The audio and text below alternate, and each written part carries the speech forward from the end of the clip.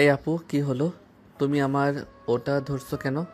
তোর ওটা কেন ধরেছি বুঝতে পারছিস না, নাকি বুঝো না বোঝার ভান করছিস? ওহ আপু, প্লিজ ছেড়ে দাও। এরকম করো না। সব সময় এরকম করা ভালো লাগে না। ছাড়বো না আমি। এটা আমার লাগবে। তুই কি করবি কর গিয়ে। আমি তোর কোনো কথাই শুনবো না। আপু প্লিজ, এরকম করো না। সামনে আমার পরীক্ষা। এই তো কিছুক্ষণ পরেই রেখে দেব। হ্যাঁ, সেজন্যই তো বলছি, সামনে তোর পরীক্ষা। এখন তুই মোবাইল দিয়ে কি করবি? এখন বরং খুব ভালোভাবে পড়াশোনা কর। তা না হলে কিন্তু পরীক্ষায় ভালো রেজাল্ট করতে পারবি না। এটা আমি তোকে বলে দিলাম। আর একটা কথা তোকে বলছি, যদি পরীক্ষায় ভালো রেজাল্ট করতে না পারিস, তাহলে কিন্তু তোর কপালে খারাপ আছে। এটা তোকে বলে দিলাম। এই কথা বলে নিজের হাত থেকে মোবাইল ফোনটা কেড়ে নিয়ে নীলা সেখান থেকে দৌড়ে চলে গেল। আর এদিকে নীল মনে মনে নীলাকে 100টা গালি দিতে লাগলো। এটা সবেমাত্র মোবাইলটা হাতে নিয়েছিল, একটু ফেসবুকে ঘোরাঘুরি করছিল আর নিজের একটা ছবি পোস্ট করেছিল। অমনি কমেন্টের বন্যা বইতে শুরু করেছিল।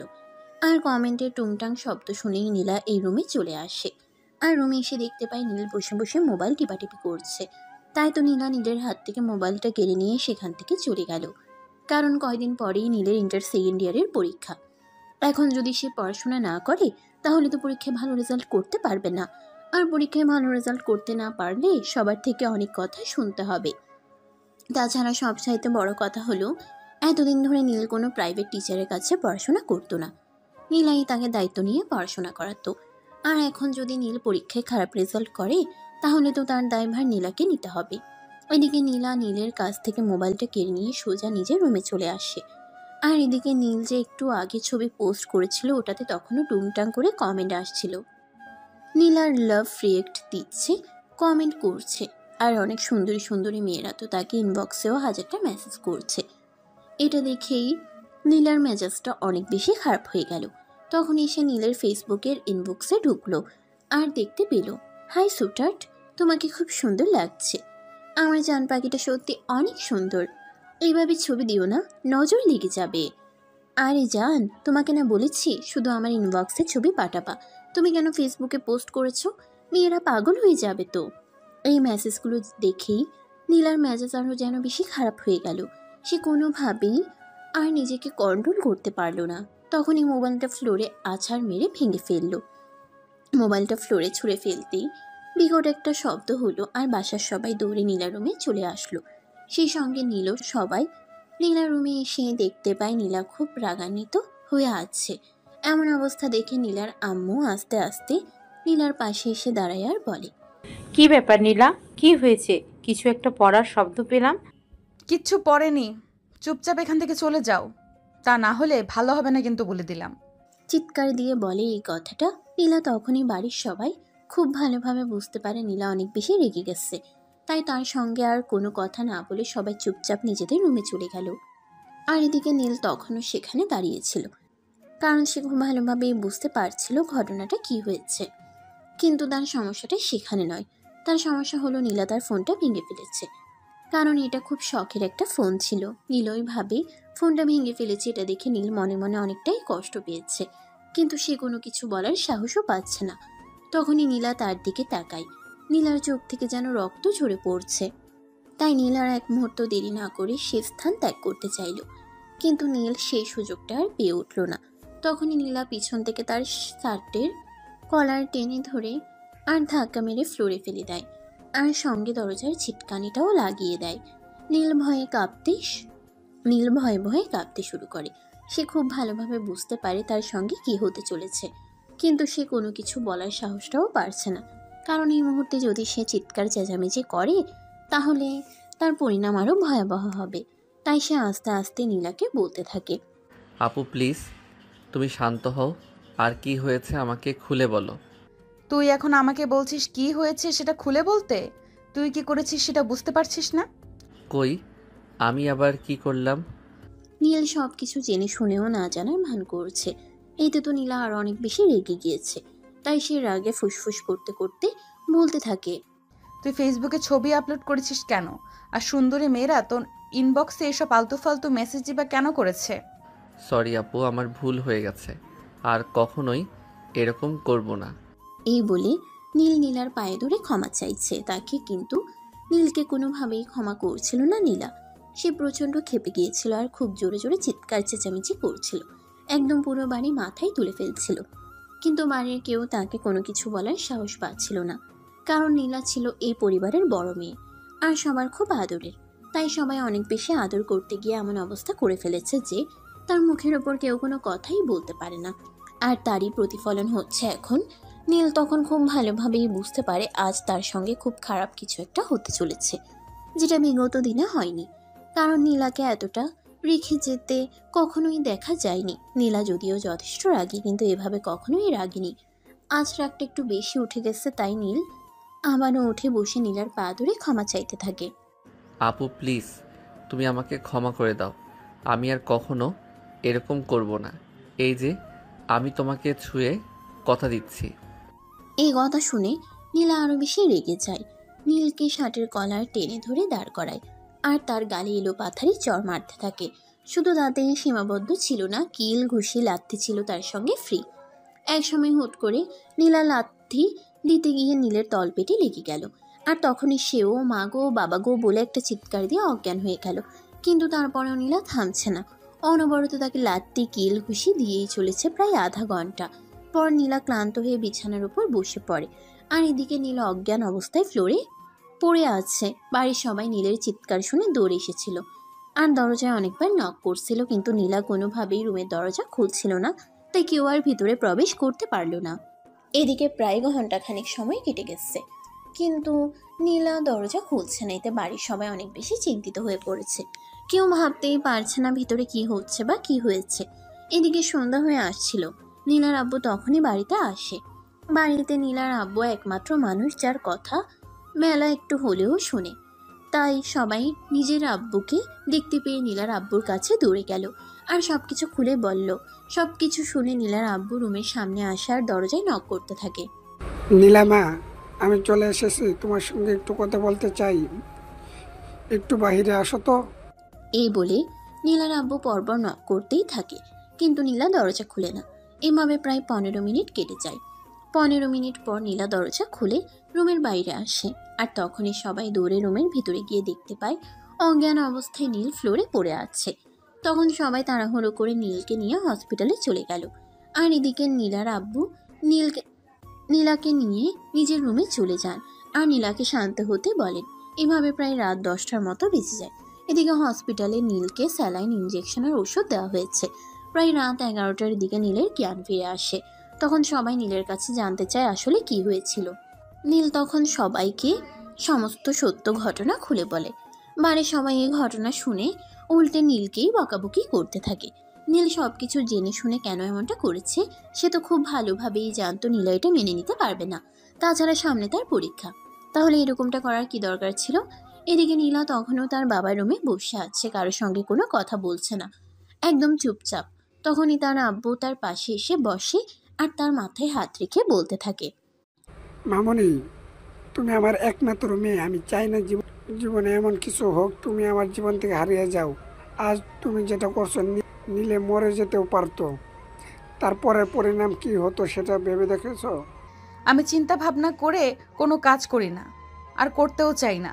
ওর এত বড় সাহস, ও ফেসবুকে ছবি আপলোড দেয় আর মেয়েরা ওখানে যা ইচ্ছা তাই কমেন্ট করে ইনবক্স করে। কেন করবে এসব? দেখো, আমরা সবাই জানি তুমি তাকে ছোটবেলা থেকে পছন্দ করো, কিন্তু সে তো এসব জানে না। তারপরেও সে তোমাকে যথেষ্ট সম্মান করে।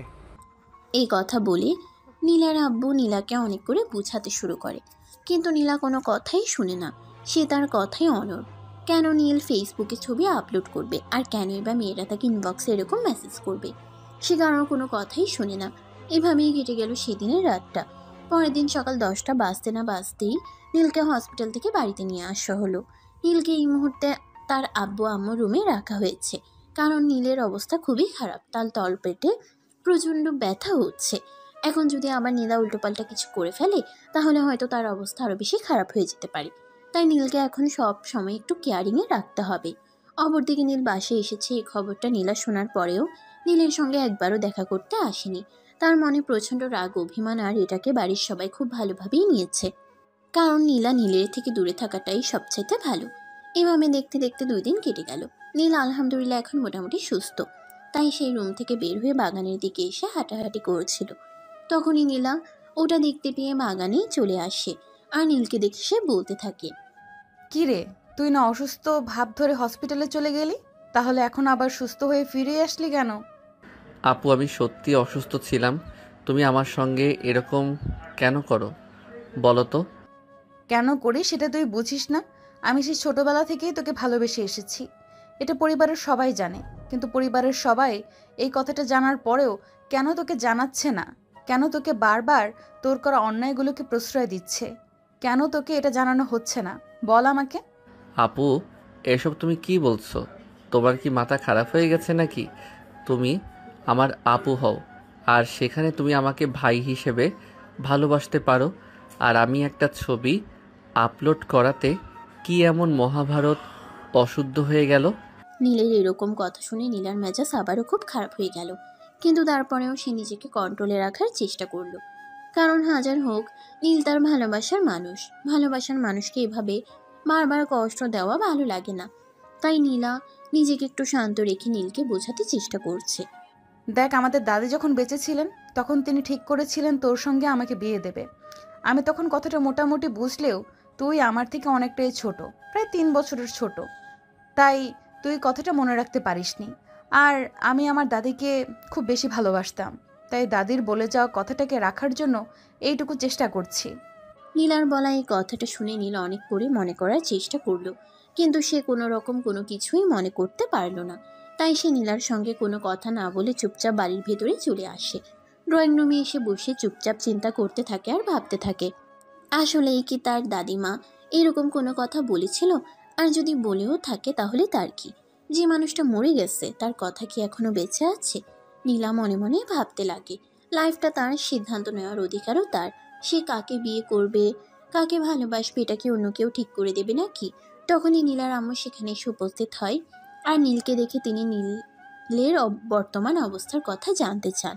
আর তখনই নীল কথাটা ঘুরিয়ে নিয়ে নীলার আম্মুকে বলতে থাকে, বড় আম্মু, তুমি এখানে বসো, আমি তোমার সঙ্গে একটু কথা বলতে চাই।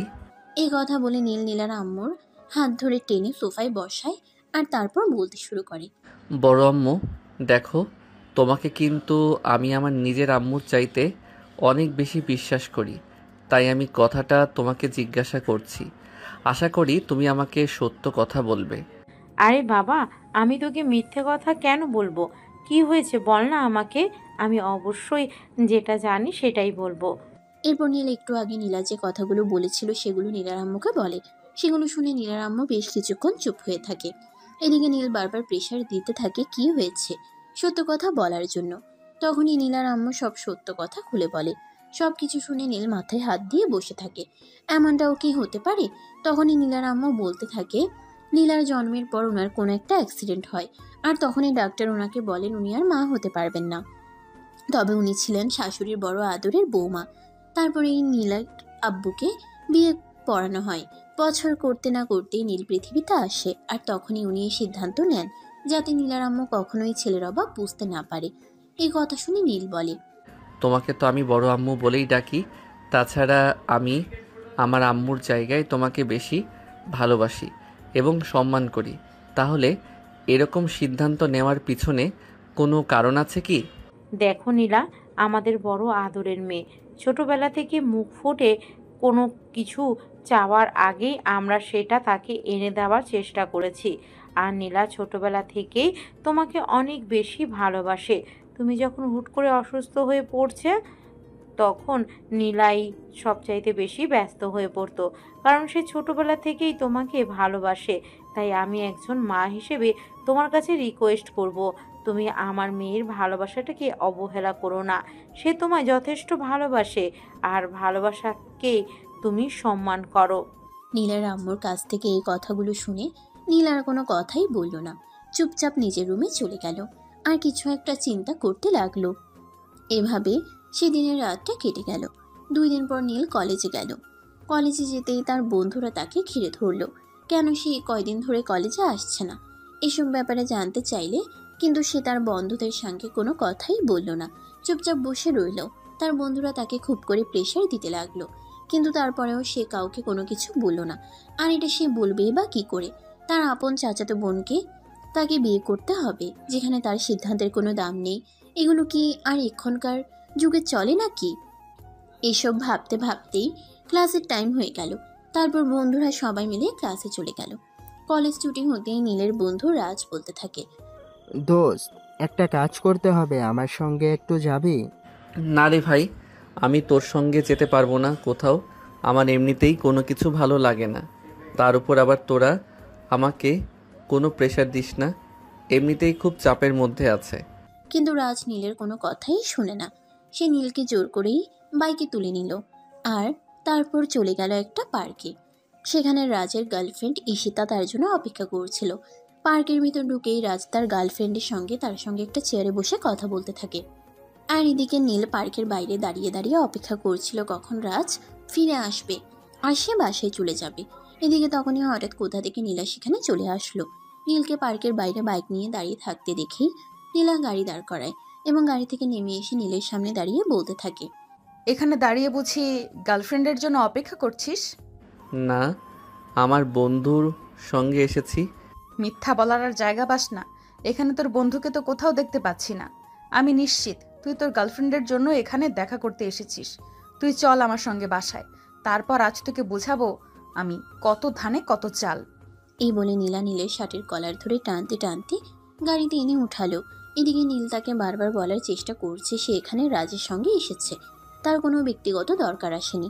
কিন্তু নীলা নীলের কোনো কথাই শুনছে না। তার রাগে ফুসফুস করছে আর গাড়ি চালাচ্ছে। তখনই হঠাৎ রাজ পার্ক থেকে বের হয়, কিন্তু নীলকে কোথাও খুঁজে পায় না। তাই নীলের নাম্বারে ফোন দেয়, কিন্তু নীলের ফোন যেহেতু নীলা ভেঙে ফেলেছিল তাই আর কোনো ফোন ঢুকলো না। রাজ বেশ কিছুক্ষণ অপেক্ষা করার পর তার গার্লফ্রেন্ডকে নিয়ে বাসায় চলে গেল। অপরদিকে নীলা নীলকে নিয়ে বাসায় এসেছে। শার্টের কলার ধরে টানতে টানতে ড্রয়িং রুমে এনে হিচড়ে ফেলে দিল। তখনই ফ্যামিলির সবাই সেখানে এসে উপস্থিত হয় আর নীলাকে প্রশ্ন করতে থাকে, কি হয়েছে নীলা? তুই তো ভার্সিটিতে গেছিলি, তাহলে নীলকে তুই এভাবে কোথা থেকে নিয়ে আসলি? সেটা আমাকে প্রশ্ন করছো কেন? ওকে প্রশ্ন করলেই তো পারো। এই বলে নীলা নিজের কাঁধে থাকা ব্যাগটা ফ্লোরে ছুঁড়ে মারে আর সোফার উপর ধুপ করে বসে পড়ে। অন্য কেউ তখন সেখানে কোনো কথা বলার সাহস না পেলেও নীলার আম্মু নীলকে উঠে দাঁড় করায় আর তারপর নীলকে প্রশ্ন করে কি হয়েছে। নীল তখন সবকিছু তাকে খুলে বলে, কিন্তু আর কোনো কথাই বিশ্বাস করে না। তাই নীল বাধ্য হয়ে তার বন্ধু রাজকে ফোন করে জেনে নিতে বলে, কিন্তু নীলা তাতেও রাজি হয় না। তাই নীলার আম্মু বাধ্য হয়ে নিজেই নীলের কাছ থেকে রাজের ফোন নাম্বারটা নেয় আর রাজকে ফোন দেয়। আসসালামু আলাইকুম, কে বলছেন? ওয়ালাইকুম আসসালাম বাবা, আমি নীলের বড় আম্মু বলছি। হো আন্টি, নীল কি বাসায় গিয়েছে? ও তো আমার সঙ্গে একটু পার্কে এসেছিল, কিন্তু আমি পার্ক থেকে বের হয়ে ওকে আর খুঁজে পেলাম না। হ্যাঁ বাবা, ও বাসায় ফিরে এসেছে, আর ওর বাসায় ফিরে এসেছে এটা তোমাকে জানানোর জন্যই ফোন করলাম। এই বলে নীলার আম্মু কথা শেষ করে ফোনটা কেটে দিল। কিন্তু নীলা এটা কোনোভাবেই বিশ্বাস করলো না। সে তার কথায় অনড় ছিল। তার গার্লফ্রেন্ডের সঙ্গে দেখা করার জন্যই পার্কের সামনে গিয়েছিল, রাজের সঙ্গে যায়নি। বাড়ির সবাই এই কথা বিশ্বাস করলেও নীলা কোনোভাবেই বিশ্বাস করছে না। নীলা তখনই সবার সামনেই বলতে লাগে, দেখো, তোমাদের সবার সামনেই কিন্তু আমিনুলকে শেষবারের মতো ওয়ার্নিং দিচ্ছি। আজকের পর যদি কোনো দিনও কোনো মেয়ের সঙ্গে রিলেশন করা তো দূরের কথা, কথা বলার সাহসটুকু পর্যন্ত দেখায়, তাহলে কিন্তু এই ছেলের আমি এমন পরিণতি করব যেটা তোমরা কল্পনাও করতে পারবে না। কথাটা সবাই মাথায় ঢুকিয়ে নাও। এই বলে নীলা সেখান থেকে নিজের রুমে চলে গেল। আর বাড়ির সবাই নীলকে অনেক করে বোঝাতে লাগলো নীল কেন এরকম করে। নীলা তো তাকে ভালোবাসে, আর ভালোবাসে বলেই তাকে তার ভালোবাসায় বেঁধে রাখতে চায়। কিন্তু নীলও এটা মেনে নিতে রাজি নয়, কারণ ছোটবেলায় কে কি বলেছে না বলেছে তার জন্য কি নিজের ইচ্ছা অনিচ্ছাকে বলে দিতে হবে? কারণ সে তো নীলাকে ছোটবেলা থেকে নিজের বোনের মতোই মনে করে এসেছে, নিজের বোনের মতোই যথেষ্ট সম্মান, শ্রদ্ধা আর ভালোবাসা দিয়ে এসেছে। তাকে নিজের জীবনসঙ্গী হিসেবে কখনো সে কল্পনাও করে না। তাছাড়া বিয়ে শাদী কি আর ভালোবাসা কি, সেটা বোঝার মতো যথেষ্ট বয়সও নীলের হয়নি। বেশ কিছুক্ষণ সেখানে বসে থাকার পর নীল নিজের রুমে চলে গেল। 2 দিন পর থেকে তার ইন্টার সেকেন্ড ইয়ারের ফাইনাল পরীক্ষা, আর সেই জন্যই রাজ গিয়েছিল তার গার্লফ্রেন্ডের সঙ্গে শেষবারের মতো দেখা করতে। আর যাওয়ার পরই তো এই তুলকালাম কাণ্ড ঘটে গেল। যাই হোক, নীল রুমে এসে পড়তে বসে গেল। আর তখনই নীলা তার রুমে আসে। নীল নীলা আকাশে কেউ না দেখার ভান করে চুপচাপ বসে থাকে। নীলা চেয়ার টেনে নীলের পাশে বসে আর তার কাঁধে হাত রেখে বলতে থাকে, দেখ, তোকে আমি ভালোবাসি, তোকে আমি হারিয়ে ফেলতে চাই না। তোকে আমি সারা জীবন আমার ভালোবাসায় বেঁধে রাখতে চাই। প্লিজ তুই আমার সঙ্গে আর এরকম করিস না। নীল কোনো কথাই বলে না, চুপচাপ নিজের বইয়ের পাতা উল্টাতে থাকে। বেশ কিছুক্ষণ সময় ধরে নীলা এই কথাগুলো বলতে থাকে, কিন্তু নীল কোনো কথাই বলে না। তখনই নীলা অনেকটা রেগে যায় আর টেবিলের উপর হুট করে শরীরে শক্তি দিয়ে একটা থাপ্পড় দিয়ে বলতে থাকে, এ কি হলো? তোকে আমি কিছু বলছি, তুই আমার কথার কোনো উত্তর দিচ্ছিস না কেন? নীলার এমন ব্যবহার দেখে নীলা অনেকটাই ভয় পেয়ে থমকে যায় আর আস্তে আস্তে বলতে থাকে, আগামী পরশু থেকে আমার পরীক্ষা, তাই আমি এই মুহূর্তে আমার পড়াশোনা নিয়ে ব্যস্ত থাকতে চাই, অন্য কোনো কথা ভাবতে চাই না। নীলের এমন কথা শুনে নীলা তো আরো অনেক বেশি রেগে যায় আর চিৎকার দিয়ে বলতে থাকে। নীল যতক্ষণ নীলার কথার কোনো উত্তর না দিল ততক্ষণ নীলা নীলকে একটা অক্ষরও পড়তে দেবে না, এমনকি অন্য কোনো কাজও করতে দেবে না। তাই নীল বাধ্য হয়ে বলতে লাগে, দেখো আপু, বিয়ে শাদী করার মতো বয়স তো এখন আমার হয়নি, সময়টা আসুক, তারপর না হয় ঠান্ডা মাথায় চিন্তা ভাবনা করে দেখব। কিন্তু এই মুহূর্তে তুমি আমাকে এগুলো নিয়ে প্রেশার দিও না, আমাকে পড়াশোনাটা ঠিক মতো করতে দাও। নীলা কখন আর কোনো কথা বলে না। সে নিজেও নিজের বই বের করে নীলকে পড়াতে শুরু করলো। এভাবেই কেটে গেল প্রায় মাঝখানের সময়। ইতিমধ্যে নীলের পরীক্ষা শেষ হয়ে রেজাল্টের দিন ঘনিয়ে এসেছে।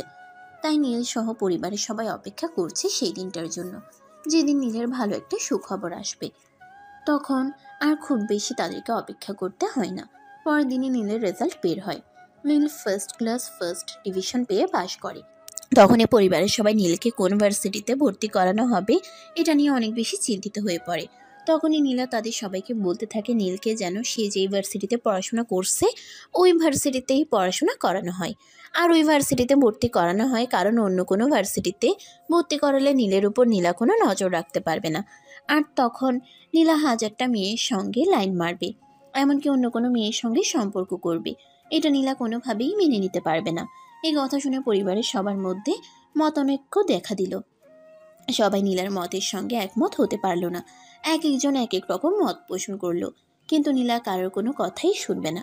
তার তার একটাই কথা, নীলকে যদি পড়াশোনা করতে হয় তাহলে নীলা যে ভার্সিটিতে পড়াশোনা করে সেই ভার্সিটিতেই নীলকে পড়াশোনা করতে হবে, অন্যথায় নীলের পড়াশোনা বন্ধ থাকবে। তাই বাড়ির সবাই অনেকটা টেনশনে পড়ে গেল। এদিকে নীল কোনোভাবেই রাজি হচ্ছে না নীলা ইউনিভার্সিটিতে ভর্তি হওয়ার জন্য, কারণ সে নিজেকে কোনো অপরাধীনতায় বেঁধে রাখতে চায় না। এগুলো চিন্তা ভাবনা করতে করতেই প্রায় 2 দিন সময় কেটে গেল। ইতিমধ্যে নীলের বন্ধুরা সবাই ভার্সিটিতে ভর্তি হয়ে গেছে। নীলের বন্ধু রাজ নীলকে ফোন করে সেদিন, কি ব্যাপার দোস্ত, তুই কি ভার্সিটিতে ভর্তি হবি না নাকি? তোকে তো দেখছি একদম ঝিম মেরে বসে আছিস, কোনো সাড়া শব্দ নেই। আরে ভাই, আমার আর কোনো কিছু ভালো লাগছে না। কেন যে আমার জীবনটা এমন হয়ে গেল সেটাই বুঝতে পারছি না। কেন আমার জীবনের উপর এত পরাধীনতা, এগুলো আমি আর মেনে নিতে পারছি না। কেন হচ্ছে আমার সঙ্গে এগুলো? এই বলে রাজকে কয়েকদিন ঘটে যাওয়া সমস্ত ঘটনা খুলে বলে নীল। সবকিছু শুনে রাজ নীলকে বলে, দেখ, আমার মনে হয় তোর নীলা আপুর কথা মনে নেওয়াই সবচাইতে ভালো, কারণ আমি যতটুকু বুঝতে পারছি নীলা আপু তোকে ভালোবাসে। তাছাড়া তোর ফ্যামিলিতে নীলা আপুর উপরে গিয়ে কথা বলার সাহস কারণ নেই। যদিও সবাই একটু হলেও মত বিরোধিতা করছে, কিন্তু নীলা আপুর বিরুদ্ধে গিয়ে কেউ কোনো কিছুই করার সাহস পাবে না। তাই তুই যাই কিছুই করিস না কেন, নীলা আপুর বিরুদ্ধে গিয়ে কিছুই করতে পারবি না।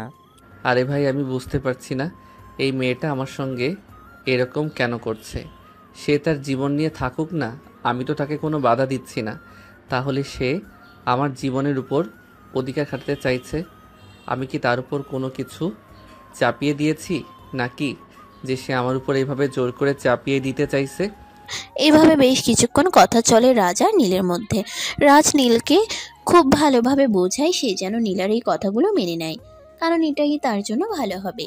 এখন বর্তমানে নীলের পড়াশোনা কন্টিনিউ করার জন্য এটা ছাড়া অন্য কোনো উপায় নেই। ভবিষ্যতে যা হয় দেখা যাবে। তাই নীল মনে মনে চিন্তা করলো রাজ যেটা বলেছে সে এটাই করবে। বিকেলবেলা নীল নিজের রুমের ব্যালকনিতে বসে আছে। তখনই নীলা তার সঙ্গে দেখা করতে আসে। নীলা নীলকে রুমে খুঁজে না পেয়ে ব্যালকনিতে চলে আসে। আর যখন থেকে নীল ব্যালকনিতে বসে আছে তখনই সে একটা চেয়ার টেনে নীলের পাশে বসে আর বলতে থাকে, দেখ, আমি যেটা বলেছি তোর ভালোর জন্যই বলেছি। তুই যদি আমার কথা মেনে না নিস তাহলে কিন্তু তোর পড়াশোনা একদম বন্ধ হয়ে যাবে। তখন কিন্তু তুই আমাকে কোনো দোষ দিতে পারবি না। ঠিক আছে, কোনো সমস্যা নেই, আমি তোমার কথা মেনে নিলাম। তবে একটা কথা বলে দিচ্ছি, তোমায় ভার্সিটিতে যেন কেউ জানতে না পারে তুমি আমার চাচাতো বোন হও। ঠিক আছে, কেউ এ ব্যাপারে কোনো কিছু জানবে না, তুই নিশ্চিন্তে থাকতে পারিস। এই কথা বলে নীল সেখান থেকে চলে গেল। আর পরের দিন সকালবেলা ঘুম থেকে উঠে সে নীলকে ঘুম থেকে ডেকে তুলে ভার্সিটি যাওয়ার জন্য তৈরি হতে। নীল ঘুম থেকে উঠে নাস্তা করে তারপর তৈরি হয়ে গেল। তারপর দুজনে রওনা দিল ভার্সিটির উদ্দেশ্যে। ভার্সিটির গেট দিয়ে ভিতরে প্রবেশ করতে যাবে তখনই নীলার কিছু দুষ্টু বান্ধবীর সঙ্গে দেখা হয়ে যায়। কি ব্যাপার বান্ধবী, তোর সঙ্গে এই হ্যান্ডসাম ছেলেটা কে? সে যেই হোক, এত সব তাদেরকে জানতে হবে না। শুধু এইটুকু কথা বলে দিচ্ছি, ওর দিকে নজর দিস না, তাহলে চোখ তুলে মার্বেল বসিয়ে দেব। আরে ভাই, এরকম করে বলছিস যেন সে তোর বয়ফ্রেন্ড হয়। হ্যাঁ, সে আমার বয়ফ্রেন্ড হয়, আর ভবিষ্যতে আমি তাকেই বিয়ে করব। কেন, তোর কোনো সমস্যা আছে নাকি? এই কথা শুনে উপস্থিতি নীলার সব বান্ধবীরা হাহা করে হেসে ওঠে। আর সবাই নীলাকে অনেক টিটকারি মার্কা কথা বলতে থাকে। কিন্তু নীলা সেসব কথার কোনো তোয়াক্কা না করে নীলকে নিয়ে সেখান থেকে চলে যায় একদম প্রিন্সিপালের কেবিনে। তারপর স্যারের সঙ্গে কথা বলে নীলা নীলের এই ভার্সিটিতে এডমিশনের ব্যাপারটা সেরে নেয়। তারপর নীলকে তার ক্লাসরুম পর্যন্ত পৌঁছে দিয়ে নীলা নিজের ক্লাসে চলে আসে। আর এদিকে আবার তখনও তার বান্ধবীদের দুষ্টুমি শুরু হয়ে যায়। কে রে বান্ধবী, এই পিচ্চি বয়ফ্রেন্ড কোথা থেকে জোটালি? আমাদের তো বললি না। আমাদেরও তো এরকম কচিমাল ধরতে ইচ্ছে করে। তো আমি কি করব? এইসব কথা তোরা আমাকে বলছিস কেন? প্রতিটা যখন কচি জিনিসের প্রতি এতই আকর্ষণ, তাহলে তোরা নিজেরা খুঁজে নিচ্ছিস না কেন? আরে ভাই, ওটাকেই দিয়ে দে না, হেব্বি কিউট আছে কিন্তু। তোকে না আগেই বলে দিয়েছি সাবধান, এটার দিকে একদম নজর দিবি না। এটা আমার ব্যক্তিগত জিনিস। যদি এই জিনিসটার প্রতি নজর দিয়েছিস তাহলে বলছি তো, তোকে চোখ তুলে মার্বেল বসিয়ে দেব। এরপর রিমি নীলার সঙ্গে আর কোনো কথাই বলে না। দেখতে দেখতে ক্লাসের টাইম হয়ে গেল। সেদিন ভার্সিটি ছুটি হয় দুপুর 2টার দিকে। যেহেতু বছরের শুরু দেখছিল তাই একটু তাড়াতাড়ি ছুটি হয়ে যেত। নীলা ক্লাস থেকে বের হয়ে নীলের জন্য অপেক্ষা করছিল।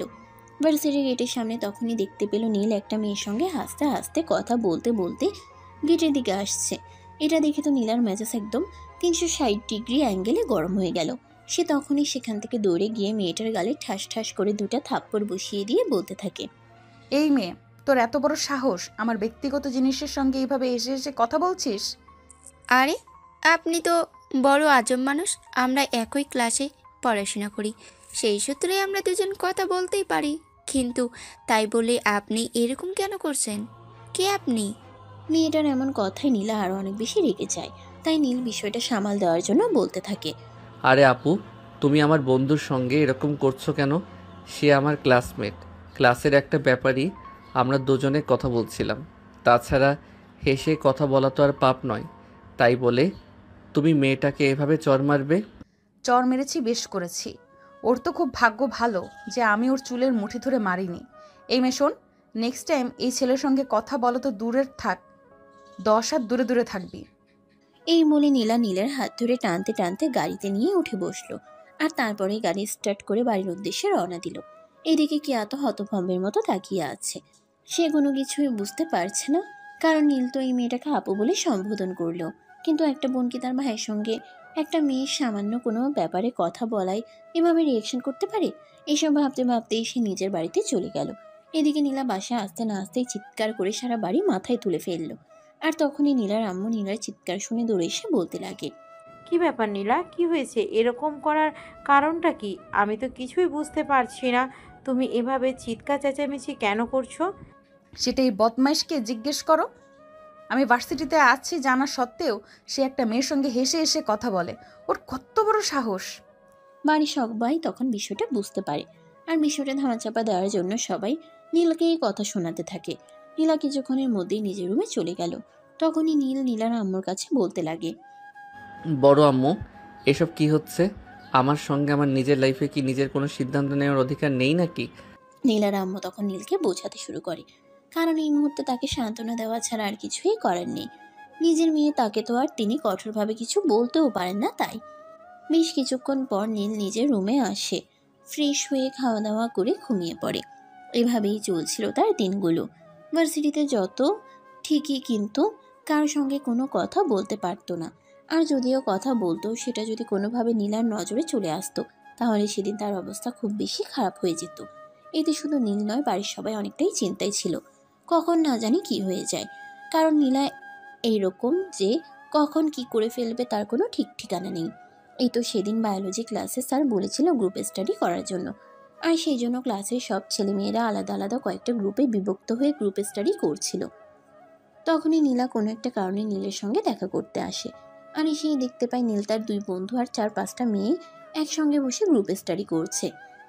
এটা দেখে নীলা প্রচণ্ড পরিমাণে ক্ষেপে যায়, আর নীলকে সেখান থেকে কলার ধরে টানতে টানতে একটু দূরে নিয়ে আসে আর বলতে থাকে, এই তোকে কতবার নিষেধ করেছি মেয়েদের সঙ্গে আড্ডা না দেওয়ার জন্য, তারপরও তুই কেন গিয়েছিস মেয়েদের সঙ্গে? আজ আমি তোর কি এমন অবস্থা করব সেটা একবার তুই ভেবে দেখেছিস? আপু প্লিজ, এটা ভার্সিটি, এটা পড়াশোনা করার জায়গা, এখানে প্লিজ এরকম করো না। স্যার আমাদের গ্রুপ স্টাডি করার জন্য বলেছে, তাই আমরা গ্রুপ স্টাডি করছি। এতে তো তোমার কোনো সমস্যা হওয়ার কথা নয়। দেখ, একদম আমার সামনে অজুহাত দেখানোর চেষ্টা করবি না। স্যার তোকে বলেছেন তাই না? দাঁড়া, আমি এক্ষুনি স্যারকে ডেকে এনে জিজ্ঞেস করছি। এই বলে নীলা তখনই নীলের বায়োলজি টিচারকে ডেকে আনে আর সবার সামনেই জিজ্ঞাসা করে আসলে এটা সত্য কিনা। তখন বায়োলজি স্যার সব সত্য কথা বলেন। সব কিছু শুনে নীলা তখন বায়োলজি স্যারকে উল্টাপাল্টা দোষারোপ করতে শুরু করে। এটা তো শিক্ষা প্রতিষ্ঠান, এখানে কেন বায়োলজি স্যার ছেলে মেয়েদেরকে একসঙ্গে এভাবে গ্রুপ স্টাডি করার কথা বলেছেন? আগের যুগে যখন কেউ গ্রুপ স্টাডি করতো না, তখন কি কেউ ভালো রেজাল্ট করতো না নাকি? বায়োলজি টিচার তখন ওই বিষয়টা তাকে বোঝানোর চেষ্টা করলেও কোনোভাবে সেটা তাকে বিশ্বাস করাতে পারেনি। উল্টো নীলা বায়োলজি টিচারকে হুমকি দিয়ে যায়, যদি নেক্সট টাইম আর কখনো সে এটা দেখতে পায় যে ছেলেমেয়েরা একসঙ্গে বসে এরকম করছে, তাহলে সেই টিচারের বিরুদ্ধে প্রিন্সিপালের কাছে অভিযোগ করবে। এই বলে নীলা সেখান থেকে চলে যায়। উপস্থিত সবাই তখন অবাকের চূড়ান্ত সীমানায় পৌঁছে গিয়ে নীলকে জিজ্ঞাসা করে, কি ব্যাপার ভাই, এই মেয়ের কি মাথায় সমস্যা আছে নাকি? আর বলিস না দোস্ত, এই মেয়েটা আমাকে হাড় মাংস জ্বালিয়ে খাচ্ছে। বাদ দে সব কথা, পড়ায় মনোযোগ দে, সামনেই পরীক্ষা। এই কথা বলে নীল কোনো রকমে এই বিষয়টা এড়িয়ে গেল আর সবাইকে পড়াশোনায় মনোযোগ দিতে বলে, আর সে নিজেও পড়াশোনায় মনোযোগ দেয়। এদিকে দেখতে দেখতে 3 বছর সময় কেটে গেল। নীল অনার্স 3rd ইয়ারে পড়াশোনা করছে, আর নীলা অনার্স ফাইনাল ইয়ারের পরীক্ষা দিয়ে বাড়িতে বসে রেজাল্টের অপেক্ষা করছে। নীল এই মুহূর্তে একটু স্বস্তি নিঃশ্বাস ফেলছে, কারণ নীলা আর এখন ভার্সিটিতে আসছে না। বাড়িতে যাই কিছু করুক না কেন, ভার্সিটিতে এসে নীল একটু শান্তি মতো থাকতে পারছে। তাই নীল যেন পারলে সারাটা দিন ভার্সিটিতেই থেকে যায়। অপরদিকে নীলা এই বিষয়টা কোনোভাবেই মেনে নিতে পারছে না। নীল কেন ভার্সিটি ছুটি হওয়ার পরও বাইরে সময় কাটাচ্ছে, এটা নিয়েই নীলার যত মাথা ব্যথা। সে এটা নিয়ে গিয়ে বারবার প্যারা দিতে থাকে, যেন নীল ক্লাসের বাইরে 2 মিনিট সময়ও বাসার বাইরে না কাটায়। কিন্তু কে শুনে কার কথা? নীল তো নীলার দিকে দূরে থাকতে পারলেই বাঁচে। এদিকে দেখতে দেখতে হুট করেই নীল আর নীলার একমাত্র ফুফাতো বোন স্নেহার বিয়ের ডেট পড়ে। তাই পরিবারের সবাই মিলে সিদ্ধান্ত নেয় বিয়েতে যাবে, কিন্তু নীলার সেখানেই আপত্তি। সে কোনোভাবেই বিয়েতে যাবে না, সে নীলকে নিয়ে এই বাড়িতেই থাকবে। কারণ নীল যদি বিয়ে বাড়িতে যায়, তাহলে সেখানে 1000টা মেয়ের সঙ্গে দেখা হবে আর মেয়েদের সঙ্গে কথা বলবে। এগুলো নীলা কোনোভাবেই মেনে নিতে পারবে না। অপরদিকে নীল এগুলো আর নিতে পারছিল না, তার কাছে জাস্ট এসব অসহ্য মনে হচ্ছিল। তাই সে নীলাকে উদ্দেশ্য করে বলল, তুমি কি চাও এবার স্পষ্ট করে বলো তো? আমি আর এগুলো নিতে পারছি না। আমি চাই তুই আমাকে বিয়ে কর আর সারা জীবন আমার সঙ্গে থেকে যা। তোর জীবনে আমি ছাড়া কোনো মেয়ে মানুষ না আসুক। তোর পাশে অন্য কোনো মেয়ে মানুষকে আমি কখনোই সহ্য করতে পারবো না। আমি কেন তোমাকে বিয়ে করব? তোকে আমি অনেক বেশি ভালোবাসি, তাই তুই আমাকে বিয়ে করবি। তাছাড়া ছোটবেলায় আমাদের দাদিমা ঠিক করে রেখেছিলেন তোর আর আমার বিয়ে দিবেন, সেই জন্যই তুই আমাকে বিয়ে করবি। ওকে ফাইন, তুমি চাও তো আমি তোমাকে বিয়ে করি? ঠিক আছে, আমি তোমাকে বিয়ে করব। তাহলে তো তোমার শান্তি? হ্যাঁ, তাহলেই আমার শান্তি। তোকে আমি আমার ভালোবাসার মানুষ হিসেবে পেয়ে গেলে জীবনে আর কিছুই চাই না। ঠিক আছে, তাহলে তুমি যেটা চাও সেটাই হবে, কিন্তু তারপরও আমি এসব প্যারা থেকে মুক্তি পেতে চাই। আমি এগুলো আর নিতে পারছি না।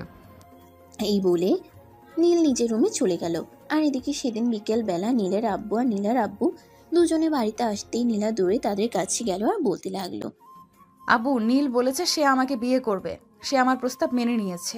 এই কথাটা যেন বাড়ির কেউ বিশ্বাসই করতে চাইছে না, কারণ এটা বিশ্বাস করার মতোই নয়। নীলার এইসব কর্মকাণ্ড নিয়ে একদম সহ্য করতে পারে না, আর সেখানে কিনা নীলার এই কথাগুলো মেনে নিয়েছে, এটা বিশ্বাসযোগ্য নয়।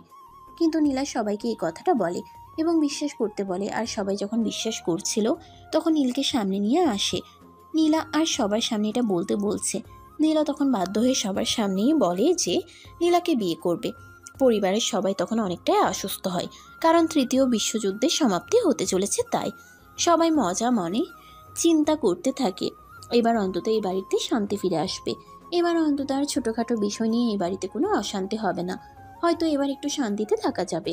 কিন্তু কতটা শান্তিতে থাকা যাবে সেটা তো বিয়েটা হয়ে যাওয়ার পরেই বোঝা যাবে। তো ভিউয়ার্স, চলুন দেখা যাক কি হয়। 2 দিন পরে ফ্যামিলির সবাই মিলে চলে গেছিল নীলার একমাত্র ফুফাতো বোন স্নেহার বিয়েতে। বিয়ের সমস্ত কার্যক্রম শেষ করে বাসায় ফিরে আস্তে আস্তে প্রায় 4-5 দিন সময় লেগে গেল। যেদিন সবাই বাসায় ফিরে আসলো, সেদিন যখন সবাই একসঙ্গে রাতের খাবার খাওয়ার জন্য ডাইনিং টেবিলে বসলো, তখনই নীলা সবাইকে উদ্দেশ্য করে বলতে লাগে নীলার তার বিয়েটা কবে হচ্ছে। তখন সবাই মিলে নীলাকে বলতে থাকে নীলা আগে তার নিজের পড়াশোনাটি শেষ করুক, পড়াশোনা শেষ করার পর না হয় সিদ্ধান্ত নেওয়া যাবে। কিন্তু নীলা এই কথাটা মেনে নিতে কোনোভাবেই রাজি নয়, কারণ নীলের পড়াশোনা শেষ করতে করতে প্রায় আরও 1-1.5 বছরের মতো সময় লেগে যাবে। নীলা এই এতটা সময় কোনোভাবেই অপেক্ষায় থাকতে পারবে না, কারণ নীলা যতদিন ভার্সিটিতে ততদিন সে নীলকে পাহারা দিয়ে রাখতে পারত। কিন্তু এখন ভার্সিটিতে যাচ্ছে, নীল ভার্সিটি থেকে মেয়েদের সঙ্গে কী না কী করে তার তো কোনো ঠিক ঠিকানা নেই। তাই নীলা চায় 1 সপ্তাহের মধ্যেই বিয়ের কাজ সেরে ফেলতে। পরিবারের সবাই শুরুতে সম্মতি না জানালেও নীলার জোড়াজুড়িতে সম্মতি জানাতে হলো। অপরদিকে নীল কাউকে কোনো কথাই বলছে না, সে শুধু চুপচাপ সব দেখে যাচ্ছে, যেন এই মুহূর্তে তার আর কিছুই করার নেই এমন একটা অবস্থা। আচ্ছা যাই হোক, নীলার চাপে সবাই নীল আর নীলাকে বিয়ে দেওয়ার জন্য রাজি তো হয়ে গেল। কিন্তু নীলকে বিয়ের পর আদৌ এই সম্পর্কটা মেনে নেবে? বিয়ের পর কি আদৌ এই সম্পর্কের প্রতি নীলের কোনো দায়িত্ববোধ বা এগুলো কাজ করবে? তো ভিউয়ার্স, চলুন জেনে নেওয়া যাক নীলা আসলে কি করে। অতঃপর ফ্যামিলির সবাই মিলে বিয়ের তারিখ ঠিক করে এবং সব কিছুর ব্যবস্থা করে। এদিকে দেখতে দেখতে বিয়ের দিনটাও ঘনিয়ে আসে। আগামীকাল তাদের বিয়ে, তাই পুরো বাড়িটা অনেক সুন্দর করে ফুল আর লাইটিং দিয়ে সাজানো হয়ে আছে। দেখে মনে হচ্ছে যেন একটা রাজপ্রাসাদ বাড়িতে অনেক আনন্দ উল্লাস হচ্ছে। যদিও নীলের মুখে সেরকম কোনো আনন্দ নেই, সে সবার থেকে একটু আলাদা আলাদা থাকছে। তার মুখটা দেখেই বোঝা যাচ্ছে তার মনে যেন আকাশ পরিমাণ কষ্ট জমা পড়ে আছে। দেখতে দেখতে হলুদের প্রোগ্রাম শেষ হয়ে গেল, সবাই অনেক আনন্দ উল্লাস করলো, কিন্তু নীলের মনে আনন্দের ছিটে ফুটেটুকুও নেই। হলুদের অনুষ্ঠান শেষ হতেই নীল নিজের রুমে এসে দরজা বন্ধ করে শুয়ে থাকে। প্রায় ঘন্টাখানিক সময় কেটে যায়, তখনই হঠাৎ কেউ একজন নীলের রুমে দরজায় নক করে। নীল দরজা খুলতে চাইছিল না, তাই সে বিছানায় শুয়েছিল।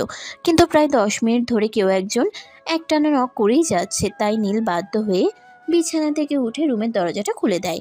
আর তখনই নীলা রুমের ভিতরে প্রবেশ করে নীলকে বলতে থাকে, কি ব্যাপার, কি সমস্যা তোর? আমি সে কখন থেকে তোকে ডাকছি, রুমের দরজায় নক করছি, কিন্তু তুই রুমের দরজা খুলছিলি না কেন? এমনি আমার ভালো লাগছিল না তাই।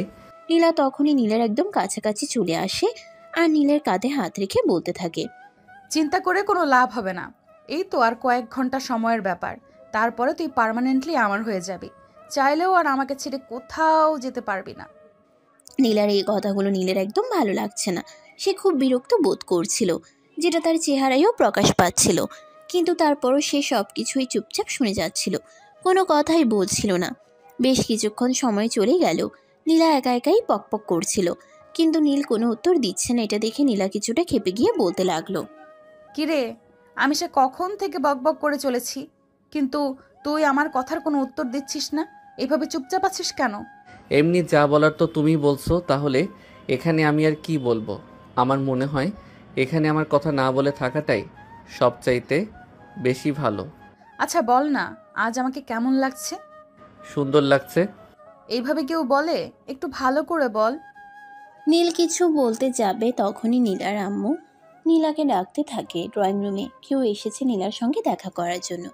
তাই নীলা আর কোনো কথা না বলে সেখান থেকে চলে গেল।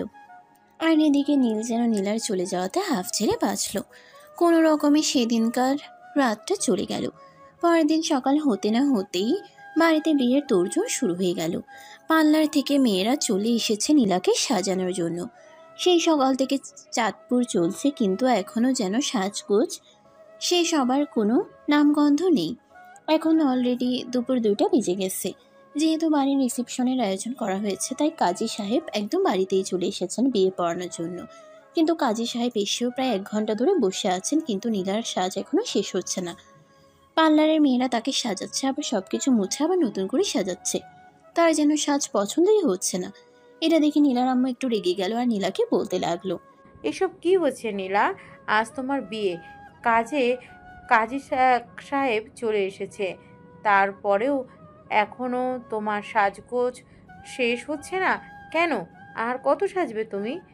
আম্মু, বিয়ে তো জীবনে একবারই হয়, তাহলে বিয়ের দিন যদি মন মতো সাজতেই না পারি তাহলে কবে সাজবো বলো? আজকের দিনটাই তো। এত কথা বলো না তো। এই বলে নীলা তার আম্মুকে রুম থেকে চলে যেতে বলে, আর এদিকে আবারও সাজতে শুরু করে। প্রায় বিকেল 4টার দিকে নীলার সাজগোজ শেষ হয় আর সে ড্রয়িং রুমে আসে।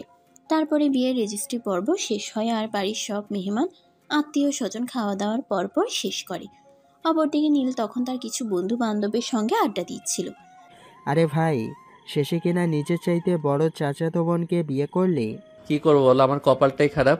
কত করে চেষ্টা করলাম এই বিপদটাকে গা এই বিপদটাকে ঘাট থেকে সরানোর জন্য, কিন্তু এটা তো কোনোভাবে পেরেই উঠলাম না। দেখ ভাই, আমাদের সামনে সাধু সাজবার কোনো প্রয়োজন নেই। আমরা খুব ভালোভাবেই বুঝতে পেরেছি এক হাতে কখনো তালি বাজে না। নিশ্চয় এতে তো সম্মতি ছিল, তাই তো বিয়ে পর্যন্ত এসে গেছে সম্পর্কটা। তা না হলে তো এত দূর আসতো না। ভাই, তোরা যদি আমাকে বিশ্বাস না করিস তাহলে তোদেরকে কিছুই বলার নেই। হ্যাঁ, এটা তো সত্যি। যদি নীলের বন্ধু বান্ধবরা নীলের কথা বিশ্বাস না করে তাহলে নীল আর কি করতে পারে? কারণ নীল যেটা সত্যি সেটাই বলেছে। সে তো হাজারবার চেষ্টা করেছে এই সম্পর্কটা থেকে নিজেকে মুক্তি দেওয়ার জন্য, নিজেকে একটু ভালোভাবে বাঁচিয়ে রাখার জন্য, নিজেকে একটু স্বাধীনতা দেওয়ার জন্য, কিন্তু সে তো এটা কোনোভাবেই পেরে ওঠেনি। যাই হোক, দেখতে দেখতে সন্ধ্যা গড়িয়ে রাত হয়ে আসলো। নীলা নিজে দাঁড়িয়ে থেকে বাসর ঘর সাজানোর ব্যবস্থা করেছে।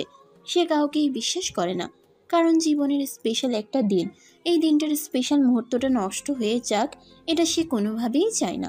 ডেকোরেশনের লোকেরা তো বলছিল নীলাকে এখান থেকে চলে যেতে, তারা সব কিছু ঠিকঠাক করে নেবে, কিন্তু নীলা তাদেরকে একটুও ভরসা না করে সে এখানেই দাঁড়িয়ে থাকে। আর সব কিছু কাজ শেষ হলে তারপর সে রুম থেকে বের হয়। রুম থেকে বের হয়ে এসে নীলকে খুঁজতে শুরু করে, কিন্তু নীলকে কোথাও খুঁজে পায় না। তাই সে বাড়ির সবার কাছে নীলের ব্যাপারে জিজ্ঞাসা করতে থাকে, কিন্তু কেউ নীলের ব্যাপারে কোনো কিছুই জানে না। সারা বাড়িতে খোঁজাখুঁজি করা হয়, কিন্তু নীল কোথাও নেই। ছাদ বাগান সবকিছু খোঁজাখুঁজি করা হয়, কিন্তু কোথাও নীলের চিহ্নটুকুও নেই। এদিকে বাড়ির সবার মনে চিন্তা লেগে গেছে, নীল এভাবে হঠাৎ করে কোথায় গেল? নীল তো এভাবে হঠাৎ করে কোথাও চলে যাওয়ার মতো ছেলে নয়। তাই সবাই চারদিকে খুব ভালো করে খুঁজতে থাকে। অপরদিকে নীলের বন্ধুরাও তখনও সেখানে রয়ে গিয়েছিল। তাই নীল আর এক মুহূর্ত দেরি না করে নীলের বন্ধুদের কাছে চলে যায় আর তাদেরকে ট্রিট করে বলতে থাকে, এই, তোরা আমাকে বল নীল কোথায়? আমি খুব ভালো করে জানি তোরা জানিস নীল কোথায় গেছে। আপু প্লিজ বিশ্বাস করুন, আমরা এ ব্যাপারে কোনো কিছু জানি না। আমরা যদি জানতাম তাহলে অবশ্যই আপনাকে বলে দিতাম। দেখ, একদম মিথ্যা কথা বলবি না। আমি খুব ভালো করেই বুঝতে পারছি এতে তোদের হাত আছে। কোনো চিন্তা করিস না, আমি অলরেডি পুলিশে খবর দিয়ে দিয়েছি। তোদের সব কটাকে জেলের ভাত খাইয়ে ছাড়বো। পুলিশ যখন পাছায় 2-4টা দেবে তখন সব সত্যি কথা বলে দিবি। প্লিজ আপু, আপনি আমাদের সঙ্গে এরকমটা করবেন না। আমরা কোনো কিছুই জানি না। কিন্তু নীলা কারোর কোনো কথাই শুনল না। সে অলরেডি পুলিশে ফোন করে দিয়েছিল। তাই কিছুক্ষণের মধ্যেই থানা থেকে পুলিশের লোক চলে আসে আর নীলের বন্ধু সব কয়টাকে অ্যারেস্ট করতে বলে এবং এদেরকে থানায় নিয়ে গিয়ে ব্যবস্থা করতে বলে। পুলিশও তখন আর কোনো উপায় দেখতে না পেয়ে নীলের বন্ধুদেরকে থানায় নিয়ে গেল আর তাদেরকে অনেক মারধর করতে লাগলো, কিন্তু তারা কিছুই বলতে পারলো না। সত্যি তো এটাই যে তারা কেউ কিছু জানে না নীল কোথায় গেছে বা কোথায় আছে, তাই তাদেরকে মারধর করেও কোনো লাভ হলো না। সারাটা রাত কেটে গেছে, নীলের কোনো খোঁজ খবর নেই। তার ফোন সুইচ অফ। নীলের সব বন্ধু বান্ধবের বাড়িতে খোঁজ নেওয়া হয়েছে, কিন্তু সে কোথাও নেই। তাহলে সে গেল কোথায়? এদিকে বাড়ির মানুষের চিন্তার কোনো শেষ নেই। অলরেডি পত্রিকায় বিজ্ঞাপন দেওয়ার কথা চিন্তা করা হচ্ছে। কিন্তু পরিবারের মান সম্মানের ব্যাপার বলে কথা, তাই নীলার আব্বু নীলাকে এটা করতে নিষেধ করলেন। পরিবারের মানুষের জেনেছে ভালো কথা, কিন্তু বাইরের মানুষ এই ব্যাপারটা জানাজানি হলে মানিজ্যতে টানাটানি হয়ে যাবে। তাই নীলা এই বিষয়টা নিয়ে আর পত্রিকাতে রিপোর্ট করতে গেল না। আজ 2 দিন পার হয়ে গেছে, নীলের কোনো খোঁজ নেই। পরিবারের সুখের মানুষ চলছে, অপরদিকে নীলা তো কান্না করেই চলেছে। তার কান্না যেন থামছেই না।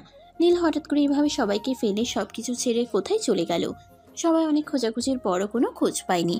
আজ 4 বছর পর। কি হলো মিস রিয়া? আপনাকে আমি সেই কখন বললাম 4 নাম্বার ওয়ার্ডের 26 নাম্বার বেডে রোগীকে ওটিতে নেওয়ার জন্য রেডি করুন। কিন্তু স্যার, ওনার ফ্যামিলির মানুষজন এখনও আসেনি, আর টাকা পয়সা জমা দেয়নি। টাকা পয়সা নিয়ে আপনাকে কোনো চিন্তা করতে হবে না। ওনার যদি টাকার সমস্যা হয় তাহলে টাকা যা লাগে আমি দেব। আপনি ওনার অপারেশনের ব্যবস্থা করুন। তখন রিয়া আর কোনো কথা না বলে রোগীকে ওটিতে নেওয়ার জন্য রেডি করতে লাগলো এবং 10 মিনিটের মতোই ওটিতে নিয়ে যাওয়া হলো। তারপর ডাক্তার নীল আহমেদ ওটিতে গেলেন অপারেশনের জন্য। ওটি থেকে প্রায় 2 ঘন্টা পর বের হয়ে আসেন। ততক্ষণে রোগীর বাড়ির লোকেরা চলে এসেছে, আর তারা রোগীকে কেবিনে দেখতে না পেয়ে কিছুটা চিন্তিত হয়ে পড়ে। তখনই ডাক্তার নীলকে দেখতে পেয়ে তারা দৌড়ে নীলের সঙ্গে কথা বলতে আসে। আর তখনই তারা জানতে পারে নীল কোনো পারিশ্রমিক ছাড়াই রোগীর অপারেশন করার দায়িত্ব নিয়ে। যে এটা শুনে রোগীর বাড়ির লোকেরা অনেক বেশি খুশি হয় আর নীলের প্রতি কৃতজ্ঞতা প্রকাশ করতে থাকে। নীল তখন তাদেরকে বলতে থাকে কৃতজ্ঞতা প্রকাশ করার কোনো কারণ নেই। ডাক্তার হিসেবে একজন রোগীর জীবন বাঁচানো কর্তব্য, আর তিনি সেটাই করেছেন। অপারেশন শেষ হওয়ার পরও নিজের কেবিনে বসে বিশ্রাম নিচ্ছেন। তখনই তার কেবিনে আসলো তার সহকর্মী ডাক্তার আকাশ। আসসালামু আলাইকুম ভাই, কি অবস্থা, কেমন আছেন? এই তো আলহামদুলিল্লাহ, আল্লাহর রহমতে ভালোই আছি। আপনাদের কি অবস্থা? আপনারা কেমন আছেন? আর ভাবির কি অবস্থা? আপনার কোমরে ব্যথা কি কমেছে? হ্যাঁ, এই তো আলহামদুলিল্লাহ, আগের চাইতে অনেকটাই কমে গেছে। আপনার সঙ্গে একটু কথা বলতে আসলাম। আপনার ভাবি আপনাকে বাসায় যেতে বলল। কিন্তু এই মুহূর্তে আমি কিভাবে যাব? এই বলে নীল বিষয়টাকে এড়িয়ে যাওয়ার চেষ্টা করছিল, কিন্তু তার সহকর্মী আকাশ তার কোনো কথাই শুনল না। তাকে স্পষ্ট জানিয়ে দিল তার বাসায় যেতেই হবে, কারণ তার বউয়ের আদেশ বলে কথা। দুনিয়া উল্টে গেলেও সে তার বউয়ের কথা অমান্য করে না। তাই সে নীলকে রাজি করিয়ে ছাড়লো তার বাসায় যাওয়ার জন্য। তাই সেদিন অফিস শেষ করে নীল বাসায় চলে গেল ফ্রেশ হওয়ার জন্য।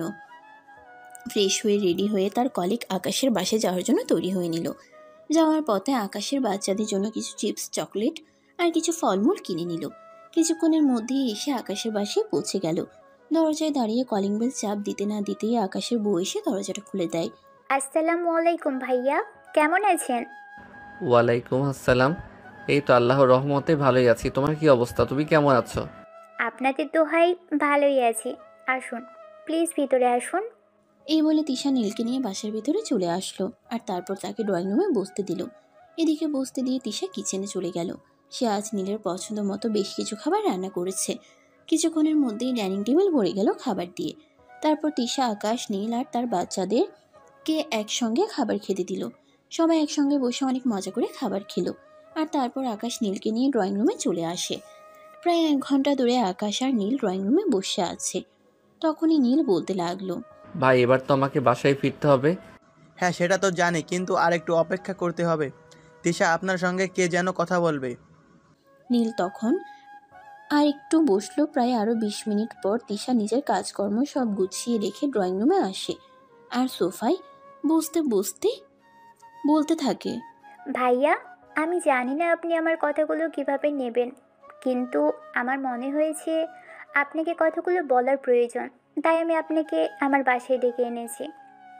আরে না তিশা, সেরকম কোনো ব্যাপার না। তোমাকে আমি সবসময় নিজের ছোট বোনের মতোই মনে করে এসেছি। তুমি আমাকে সব কিছু নির্দয় বলতে পারো, আমি কিছু মনে করব না। আসলে ভাইয়া, আপনি তো অনেক দিন ধরে এখানে আসেন, তাই আমরা চাইছিলাম এবার আপনাকে নিয়ে একবার আপনাদের বাড়িতে যাব। আপনার কাছ থেকে তো আপনার জীবন সম্পর্কে সব কিছু শুনেছি, কিন্তু আপনি তো অনেক দিন ধরেই ফ্যামিলি থেকে দূরে আছেন। আপনার বাবা মায়ের তো একমাত্র সন্তান আপনি, আপনার জন্য তো তাদেরও অনেক বেশি চিন্তা হয়, তাই একবার তাদের সঙ্গে দেখা করে আসা উচিত। কথাটা শুনে মাত্রই নীলের হাসি খুশি মুখটা মলিন হয়ে গেল। তখনই তার চোখের সামনে তার পরাধীন জীবনটা ভেসে উঠল। এখানে সে কতটা স্বাধীন আছে, তার ব্যাপারে কথা বলার মতো কেউ নেই। সে যখন যেটা ইচ্ছে সেটাই করছে, নিজের ইচ্ছে মতো চলছে। তাকে কোনো কাজে বাধা দেওয়ার মতো কেউ নেই এখানে। তাই সে তিশাকে বলে, দেখো, আমি আমার জীবনে অতীতকে মনে করতে চাই না। কিন্তু ভুলে যাবে না, সেই অতীতের সঙ্গে আপনার জন্মদাতা বাবা এবং জন্মদাত্রী মা জড়িয়ে আছে। এরপর তিশা আর আকাশ মিলে নীলকে অনেক করে বুঝাতে শুরু করে। প্রায় 2 ঘন্টা পর নীল রাজি হয় ঢাকায় ফিরে যেতে। তাই আকাশ আর তিশা মিলে সিদ্ধান্ত নেয় আগামী সপ্তাহেই শীতকালীন ছুটি আছে, তখনই তারা নীলকে নিয়ে তাদের বাড়িতে যাবে। যেমন চিন্তা তেমনই কাজ। তারা ব্যাগপত্র বুঝিয়ে আর ঢাকা যাওয়ার জন্য তৈরি হয়ে নিল। আজ বৃহস্পতিবার, আজ থেকে এই ছুটি শুরু হবে। তাই সন্ধ্যার বাস থেকে ঢাকায় যাওয়ার জন্য রওনা দেয়। ঢাকায় এসে পৌঁছালো পরের দিন সকাল 7টায়। বাস স্টপ থেকে সোজা একটা প্রাইভেট কার ভাড়া করে নীলের বাড়ির সামনে এসে, বাড়িটা ঠিক আগের মতোই আছে যেরকমটা নীল রেখে গেছিল। তবে আগের মতো আর প্রাণ উজ্জ্বল নেই, অনেকটাই নিস্তব্ধ আর প্রাণহীন হয়ে গেছে।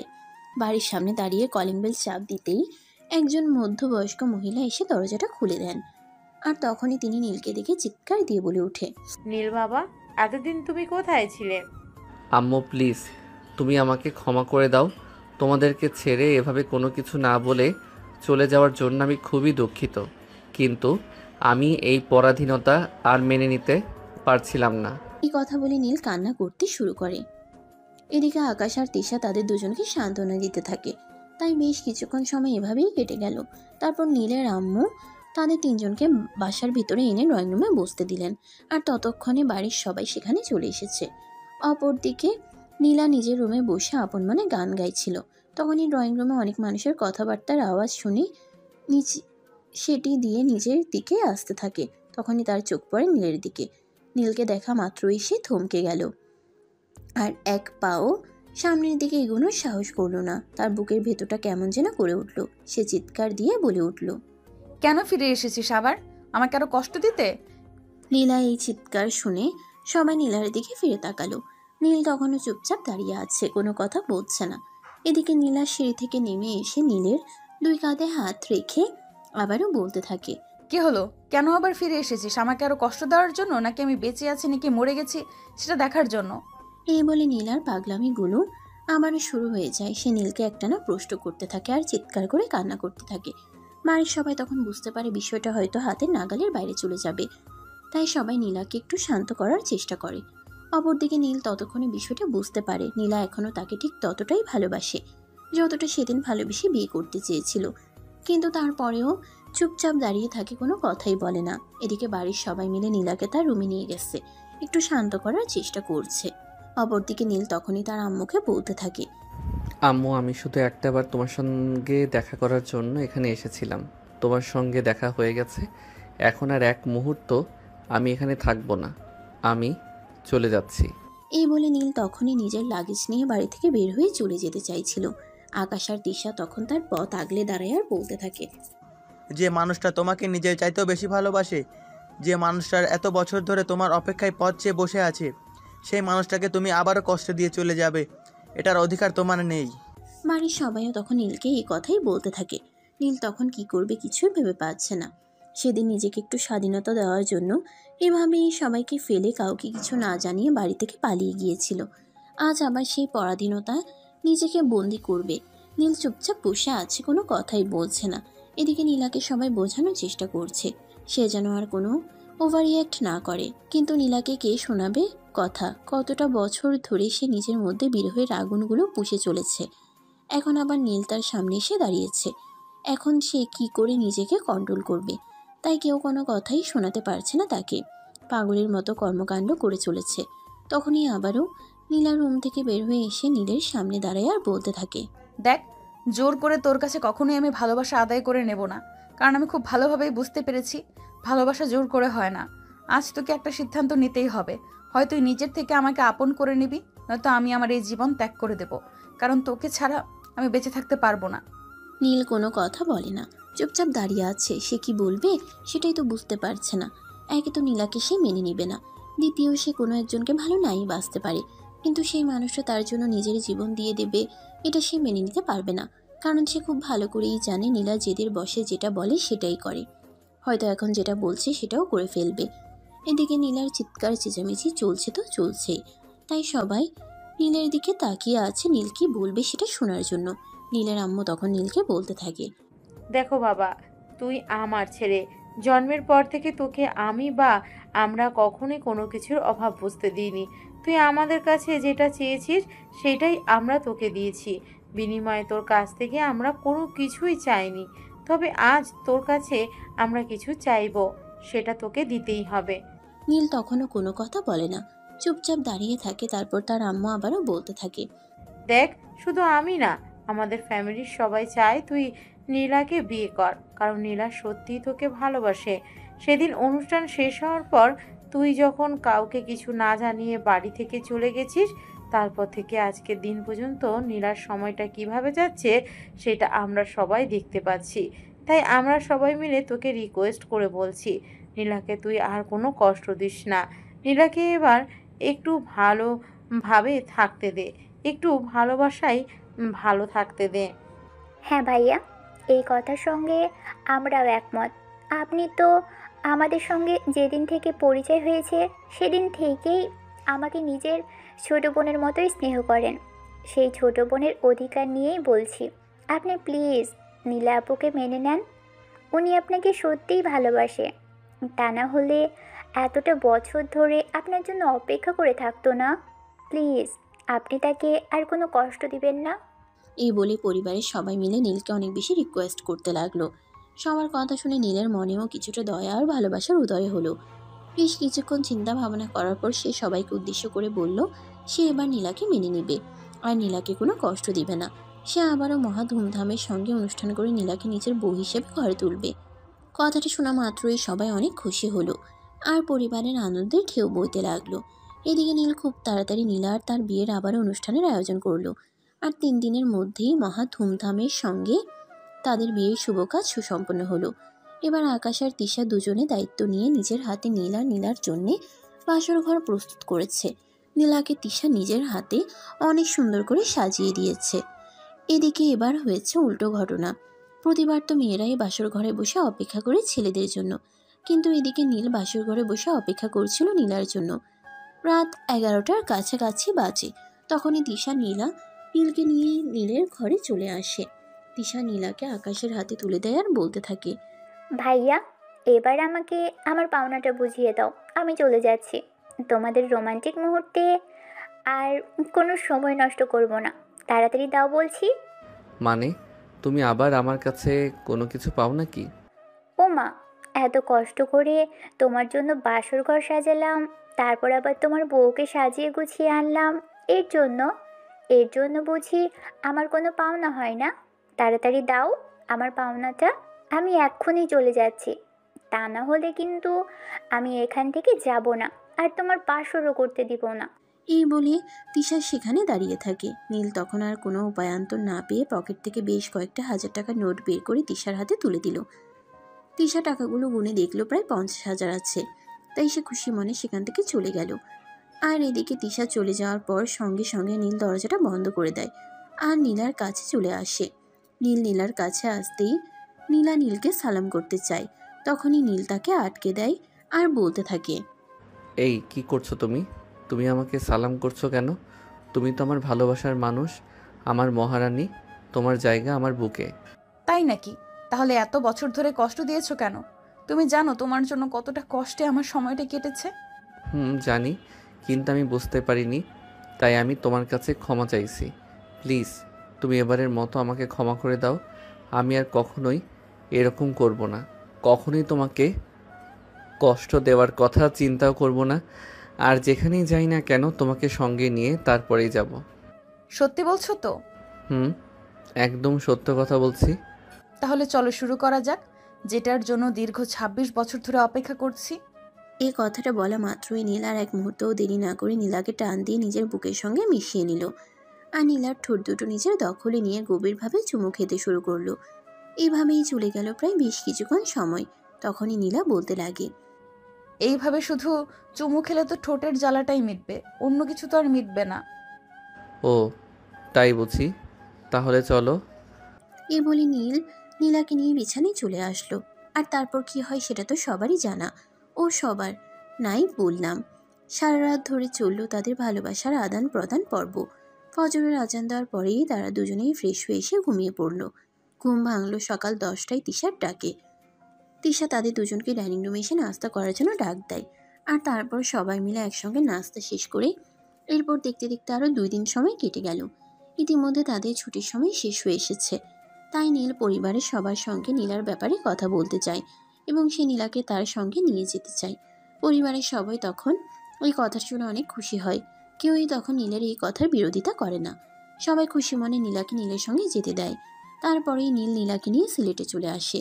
এরপর তাদের দিনগুলো ভালোই চলছিল, সুখ শান্তি আর সম্প্রীতিতে ভরপুর। তাদের সংসারে ভালোবাসা আর সুখের কোনো অভাব ছিল না। তাছাড়া তাদের উপর ছিল পরিবারের ছায়া। পরিবারের মানুষগুলো তাদের দুজনকে সবসময় সাপোর্ট করত, তাই তাদেরকে কখনোই সেরকম কোনো বিপদের সম্মুখীন হতে হয়নি। যদিও কখনো কোনো ঝামেলায় পড়েছে, পুরো পরিবারকে তাদের পাশে পেয়েছে, তাই সেই ঝামেলা থেকে উঠে আসতে খুব একটা সময় লাগেনি। এদিকে দেখতে দেখতে 3 বছর সময় কেটে গেল। ইতিমধ্যে নীলা মা হতে চলেছে। এদিকে নীল সারাক্ষণ হসপিটাল আর রোগী নিয়ে ব্যস্ত থাকে। নীলাকে খুব একটা সময় দিতে পারে না, তাই নীলাকে বলে ঢাকায় চলে যাওয়ার জন্য। কিন্তু নীলা এটাতে কোনোভাবেই রাজি হয় না, কারণ সে নিজেকে ছাড়া এক মুহূর্তও থাকতে পারবে না। সে কোনোভাবেই ঢাকায় যাবে না, তার যত কষ্টই হোক সে এখানেই থাকবে। তাই নীল সিদ্ধান্ত নেয় নীলার জন্য একটা নার্স রাখবে। সেই সিদ্ধান্ত মোতাবেক পরের দিন সন্ধ্যাবেলা যখন ডিউটি থেকে আসে, তার সঙ্গে একটা মেয়েকে নিয়ে আসে। এটা দেখে তো নীলার মাথা একদমই গরম হয়ে যায়, আর সে চিৎকার করে বলতে থাকে, এগুলো কি হচ্ছে? আমার বাসায় মেয়ে নিয়ে আসা হয়েছে কেন?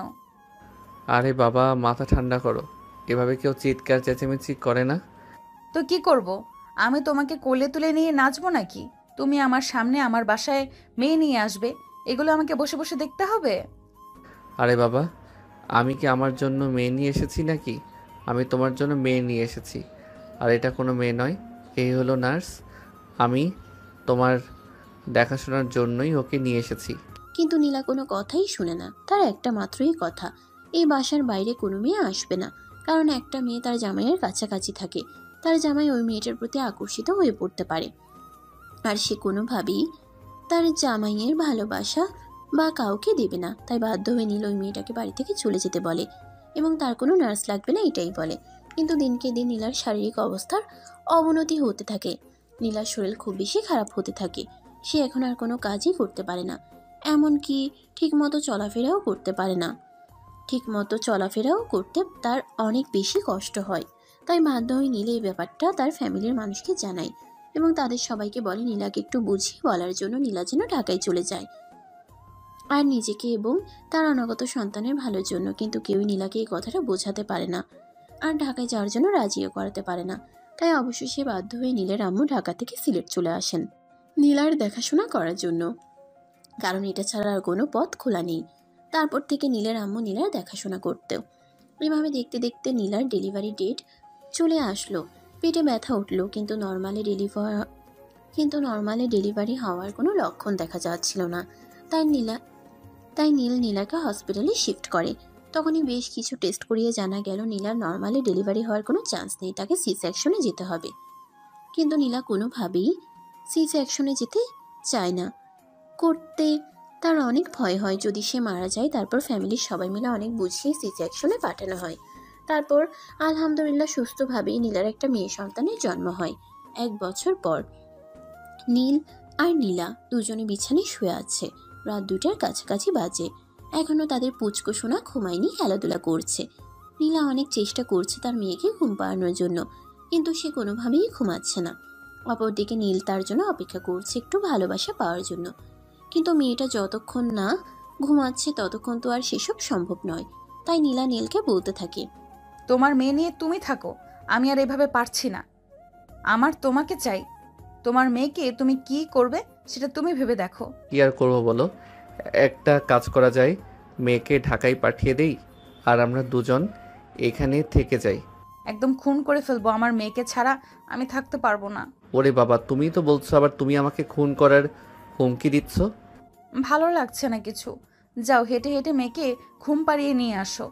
নীল তখন আর কোনো উপায়ান্তর না পেয়ে তার মেয়েকে কোলে নিয়ে হাঁটতে শুরু করলো। কারণ মেয়ে না ঘুমালে তো আর সে বউয়ের কাছে যেতে পারবে না, আর বউয়ের ভালোবাসাও পেতে পারবে না। তাই এটা করা ছাড়া তো আর কোনো উপায় নেই। প্রায় 1 ঘন্টা মেয়েকে কোলে নিয়ে হাঁটাহাঁটি করার পর মেয়েকে ঘুম পাড়াতে সক্ষম হয়। তারপর মেয়েকে বিছানায় শুয়ে দিয়ে বউয়ের কাছে চলে আসে। নীল নেহাকে নিজের বুকের সঙ্গে মিশিয়ে নিয়ে তার কপালে আলতো করে একটা ভালোবাসার পরশ এঁকে দেয়। তখনই নীলা বলতে থাকে, সত্যি আমি তোমাকে ছাড়া একটুও থাকতে পারি না, আমার খুব কষ্ট হয়। কষ্ট কি শুধু তোমার একার হয়? আমার কোনো কষ্ট হয় না? কষ্ট তো আমারও হয়, কিন্তু কি করবো বলো, বাচ্চারা এরকমই হয়, একটু মানিয়ে নিতে হয়। দেখো, অলরেডি রাত 3টা বেজে গেছে। এখন কি তুমি আরও সময় নষ্ট করবে এসব ফালতু কথা বলে, নাকি আমায় একটু ভালোবাসা দেবে? নীল তখন আর কোনো কথা না বলে নীলাকে নিজের আরও কাছে টেনে নেয় আর ভালোবাসার উষ্ণতায় উষ্ণিত করতে থাকে। নিজেই সমস্ত ভালোবাসা উজাড় করে দিতে থাকে। এভাবেই চলে যায় দীর্ঘ 1 ঘন্টার সময়। দুজন দুজনকে ভালোবাসে ভরিয়ে দেয়। তাদের ভালোবাসার আদান প্রদান পর্ব শেষ হলে দুজন দুজনকে জড়িয়ে ধরে ঘুমিয়ে পড়ে। এভাবেই শুরু হয় তাদের দুষ্টু মিষ্টি রোমান্টিক ভালোবাসার গল্প। তো ভিউয়ার্স, আমাদের এই গল্পটা আপনাদের কাছে কেমন লেগেছে নিশ্চয়ই একটা কমেন্টে জানাবেন। আর এরকম দুষ্টু মিষ্টি ভালোবাসার গল্প পেতে অবশ্যই আমাদের চ্যানেলটি সাবস্ক্রাইব করে পাশেই থাকবেন।